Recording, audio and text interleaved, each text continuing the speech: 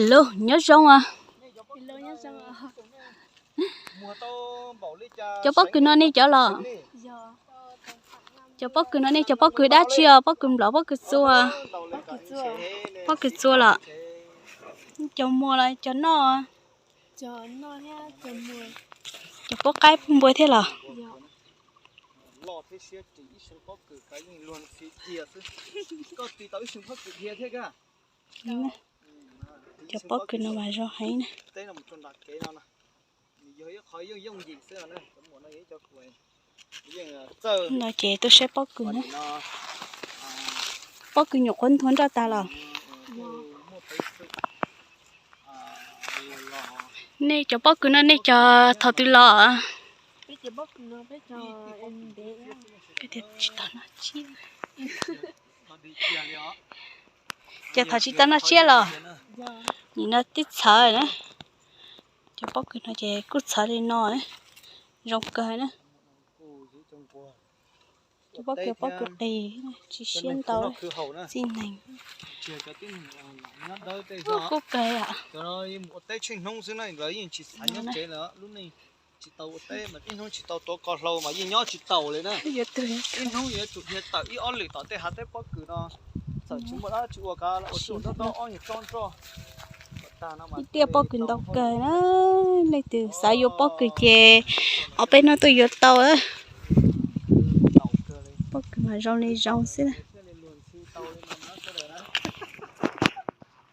Có nhiều bác cứ chỉ à? Giờ luộc tay theo bác cứ nó có nhiều bác cứ đua luộc tay đua. Bác này té ní. Nhiều bác cứ đua đó. Mình kinh gần đây, thật chọn được cả. Cho tỏ họ xuế thật luôn thôi. Tụi mấy chị.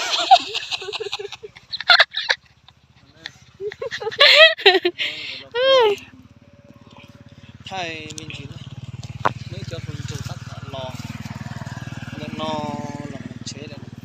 Chả chế chế xỉu rồi ơi. Chế giống như xài luôn nè. Dạ mà tại anh chả xuôi với chế chế tao xỉu hỏi rồi xỉu hỏi nào luôn luôn. Nói bé mua xíu một kỳ ta.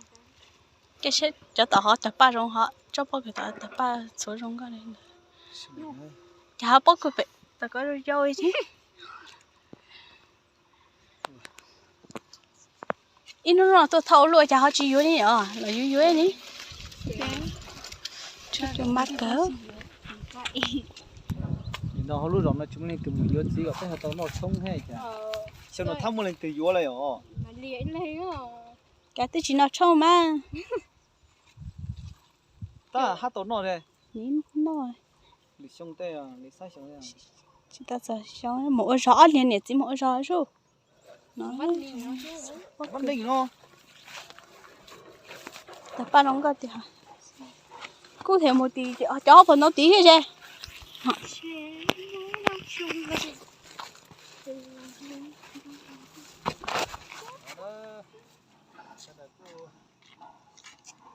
Lò tao cái mùa cá kia đó nè. Mấy đó tao một tao kia lò. Mấy tao cá kia này lúc kia giờ lúc của những tao khó ăn lò. Tôi có tới là. Nếu chế nhớ trên tao có sức cho nên họ tôi có tới sao? Để chị nhớ gì vậy? Có mà nên nhớ cái đồ kia chứ giờ.